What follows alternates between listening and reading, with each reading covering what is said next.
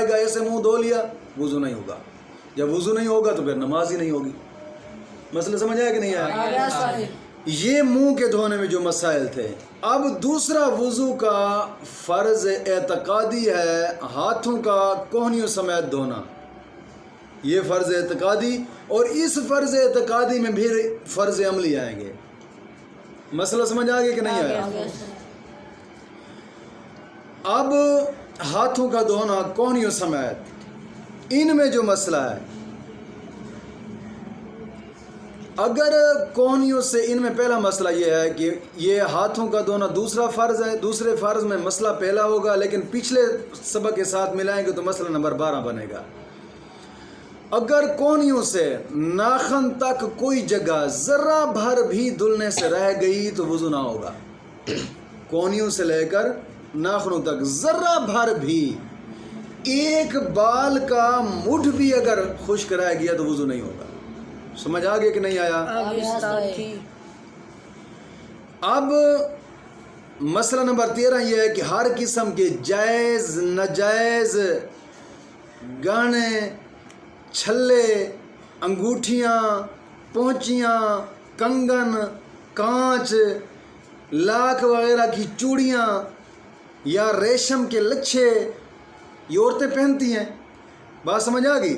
یعنی جو بھی عورت نے زیور پہنے ہوئے ہیں، چھلے ہیں، لچھے ہیں، کنگن ہیں، کوئی چیز بھی ہے، نتھ ہے، ہاں کوئی چیز بھی، اگر اتنے تنگ ہوں کہ نیچے پانی نہ بہے گا، وضو کرے گی تو ان کے نیچے پانی نہیں گزرے گا، تو ان کا اتار کر وضو کرنا اس پر فرض ہے.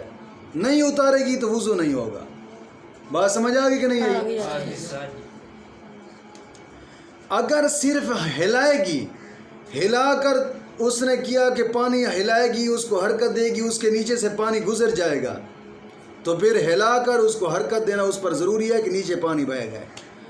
اگر ڈھیلے ہوں تو بغیر ہلائے بھی نیچے سے پانی گزر جائے گا تو پھر کوئی ضروری نہیں ہے. اب تو چونکہ مسائل ماحول میں دیکھا ہے، جس دلہن کی شادی ہو رہی ہوتی ہے وہ طرح طرح کے اس نے لچھے، چھلے، کئی طرح کی چیزیں پہنی ہوئی ہوتی ہیں اور بالکل جسم کے ساتھ چمٹے ہوئے ہوتے ہیں، ہلتے بھی نہیں ہیں. وہ اتار کر وضو کرے گی ورنہ اس کا وضو ہی نہیں ہوتا. نماز اب تو پہلی بات ہے وہ وضو ہی نہیں کرتی کیونکہ وہ میک اپ خراب ہوتا ہے. بات سمجھ آ گئی؟ وضو سے وہ میک اپ کو اعلیٰ درجہ دیتی ہیں. بات سمجھ آ گئی؟ سراسر جہنم خریدتی ہیں. تو جو گھر میں مسلمان عورتیں رہتی ہیں ان کے لیے حکم یہ ہے کہ اگر یہ چھلے، کنگن، نتھ وغیرہ سخت ہیں، تنگ ہیں تو ان کو حرکت دے اور پانی بھی بہائے، تب یہ وضو مکمل ہوگا.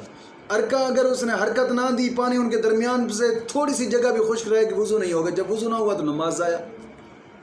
بات سمجھ آ گئی کہ نہیں آئی؟ کئی مرتبہ ایسا ہوتا ہے کہ مائیں بہنیں پاؤں کی انگلیوں میں ایسے چھلے پہنتی ہیں کہ جو بالکل تنگ ہوتے ہیں، ان کے درمیان سے پانی نہیں گزرتا. یا وہ ان کو اتار کر وضو کرے یا پھر ان کو حرکت دے کے درمیان سے پانی گزارے. بات سمجھ آ گئی کہ نہیں آئی؟ جو پاؤں کی انگلیوں کے درمیان جو چھلے پہنتے ہیں وہ تو بہت سخت ہوتے ہیں، کہیں گر نہ جائیں. سمجھ آ گئی کہ نہیں؟ ان کو اتار کر وضو کرے تو بہتر ہے. مسئلہ نمبر 14 یہ ہے کہ ہاتھوں کی 8 گھائیاں. بات سمجھ آ گئی کہ نہیں؟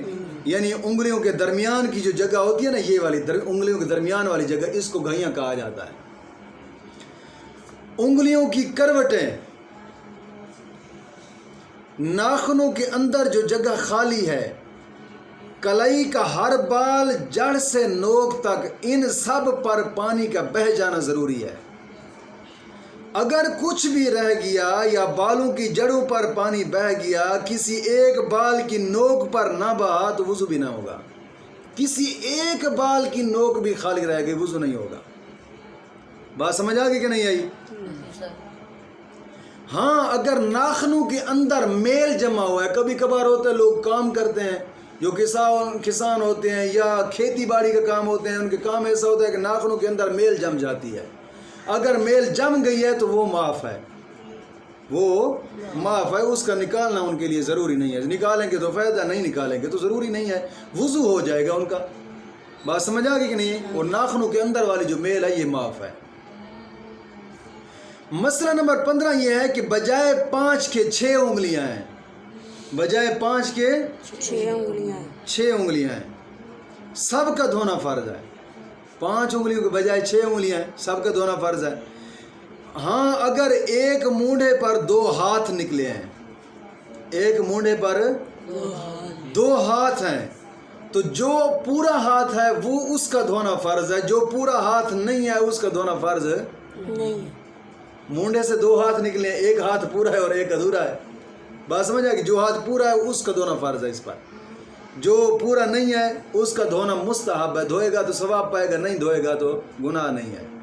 ہاں اگر وہ جو ہاتھ آدھا ہے نا، پورا نہیں ہے، پورے کا دھونا تو فرض ہے، جو آدھا ہے اگر وہ ایسے حصہ پر سے نکلا ہوا ہے، ایسے حصہ پر جناب جی گزرتا ہے جس کا دھونا وضو میں فرض ہے، وہ وہاں تک یا ایسے وضو کے ایسے حصے کے ساتھ ملا ہوا ہے کہ جس کا دھونا وضو میں فرض ہے، مثال کے طور پر کونی سمیت ہاتھ دھونا فرض ہے، اگر کوئی ایسا دوسرا جو ہاتھ ہے وہ ایسے حصے کے ساتھ ملا ہوا ہے، یعنی کہ کونی کے نیچے سے آ کے پھر الگ ہوتا ہے، یا کونی کے ساتھ مل کر پھر الگ ہوتا ہے، جہاں تک وہ ملا ہوا ہے اس جگہ کو دھونا بھی فرض ہے، دوسرے ہاتھ کا وہاں تک دھونا بھی فرض ہے۔ مسئلہ سمجھ آ گیا کہ نہیں آیا؟ ٹائم کتنا ہو گیا؟ 27 منٹ۔ بات سمجھ آ گئی کہ نہیں آئی؟ ہاں جو اگلے 2 پھر ہیں فرض جو اعتقادی آتے ہیں، یعنی کہ سر کا مسح کرنا یا پاؤں کو گٹوں سمیت ایک دفعہ دھونا، ان کے مسائل بھی کل کے سبق میں بیان ہوں گے، اور انشاءاللہ ان کی تشریح بھی کل کے سبق میں بیان ہوگی۔ آج کا سبق یہاں تک یاد رکھیں۔